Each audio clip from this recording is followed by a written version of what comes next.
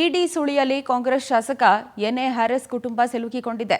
ಮೊಹಮ್ಮದ್ ನಲಪಾಡ್ ನಿವಾಸದಲ್ಲಿ ಇಡಿ ಅಧಿಕಾರಿಗಳಿಂದ ಶೋಧ ಕಾರ್ಯ ಮುಂದುವರಿತಾ ಇರುವಂತಹ ಮಾಹಿತಿ. ಅಶೋಕ್ ನಗರದ ನಿವಾಸದಲ್ಲಿ ನಿನ್ನೆ ಬೆಳಗ್ಗೆಯಿಂದ ಇಡಿ ಅಧಿಕಾರಿಗಳು ತೀವ್ರ ತಲಾಶ್ ನಡೆಸುತ್ತಿದ್ದಾರೆ. ಅದು ಮುಂದುವರೆದಿದೆ. ಬಿಟ್ಕಾಯಿನ್ ಆರೋಪ ಸಂಬಂಧ ಇಡಿ ಅಧಿಕಾರಿಗಳು ದಾಳಿ ಮಾಡ್ತಾ ಇದ್ದು ನಲಪಾಡ್ ನಿವಾಸ, ಕಚೇರಿ ಸೇರಿ ಒಟ್ಟು 17 ಕಡೆ ಏಕಕಾಲಕ್ಕೆ ನಡೆದಿದ್ದ ರೇಡ್.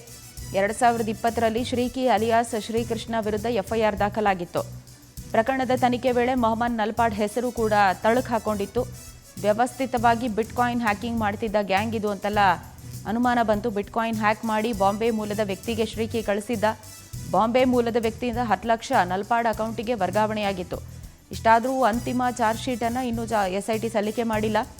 ಹಣ ವರ್ಗಾವಣೆ ಆಗಿದ್ರೂ ನಲಪಾಡ್ ಆರೋಪಿ ಮಾಡೋಕೆ ಮೀನಾಮೇಷ ಎಣಿಸ್ತಿದ್ದಾರೆ. ಈ ತನಿಖೆ ಭಾಗವಾಗಿ ಇಡಿ ದಾಳಿಯನ್ನು ನಡೆಸುತ್ತಿದೆ.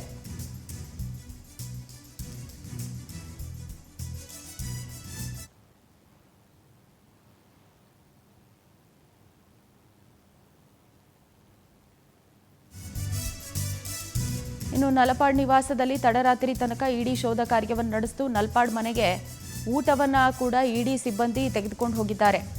ದಾಖಲೆಗಳ ಪರಿಶೀಲನೆಯಲ್ಲಿ ಇಡಿ ಅಧಿಕಾರಿಗಳು ನಿರತರಾಗಿರುವಂತಹ ಡೀಟೇಲ್ಸ್ ಲಭ್ಯ ಆಗ್ತಾ ಇದೆ.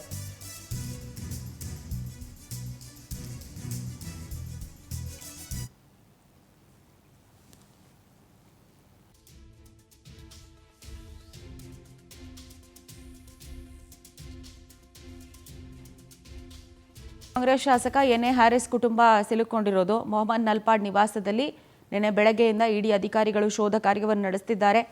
ಬೆಂಗಳೂರಿನ ಅಶೋಕ್ ನಗರದಲ್ಲಿರುವಂಥ ನಿವಾಸದಲ್ಲಿ ಇಡಿ ಅಧಿಕಾರಿಗಳು ತೀವ್ರ ತಪಾಸಣೆ ನಡೆಸುತ್ತಿದ್ದು ಬಿಟ್ಕಾಯಿನ್ ಆರೋಪ ಸಂಬಂಧ ಈ ದಾಳಿ ನಡೆದಿದೆ ಅಂತ ಗೊತ್ತಾಗ್ತಾ ಇದೆ. ನಲಪಾಡ್ ನಿವಾಸ, ಕಚೇರಿ ಸೇರಿದಂತೆ ಒಟ್ಟು 17 ಕಡೆ ಇಡಿ ರೇಡ್ ನಡೆಸ್ತಾ ಇರೋದು.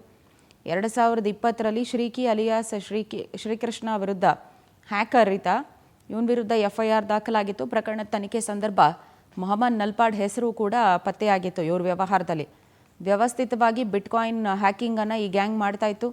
ಬಿಟ್ಕಾಯಿನ್ ಹ್ಯಾಕ್ ಮಾಡಿ ಬಾಂಬೆ ಮೂಲದ ವ್ಯಕ್ತಿಗೆ ಶ್ರೀಕಿ ಕಳಿಸಿದ್ದ. ಆ ಬಾಂಬೆ ಮೂಲದ ವ್ಯಕ್ತಿಯಿಂದ 10 ಲಕ್ಷ ರೂಪಾಯಿ ನಲಪಾಡ್ ಅಕೌಂಟಿಗೆ ವರ್ಗಾವಣೆ ಆಗಿದೆ ಅನ್ನುವಂಥ ವಿಚಾರ ಬೆಳಕಿಗೆ ಬಂತು.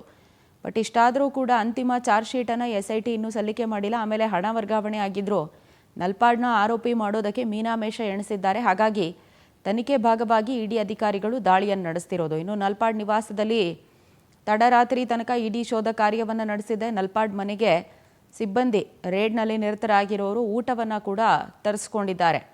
ಈ ಸಂದರ್ಭ ಎಲ್ಲ ದಾಖಲೆಗಳ ಪರಿಶೀಲನೆಯಲ್ಲಿ ಅಧಿಕಾರಿಗಳು ನಿರತರಾಗಿರುವಂತಹ ಡೀಟೇಲ್ಸ್ ಲಭ್ಯ ಆಗ್ತಾ ಇದ್ದು ಮನೆ ಸುತ್ತಮುತ್ತ ಭಾರೀ ಭದ್ರತೆಯನ್ನು ಕೂಡ ನಿಯೋಜನೆ ಮಾಡಲಾಗಿದೆ.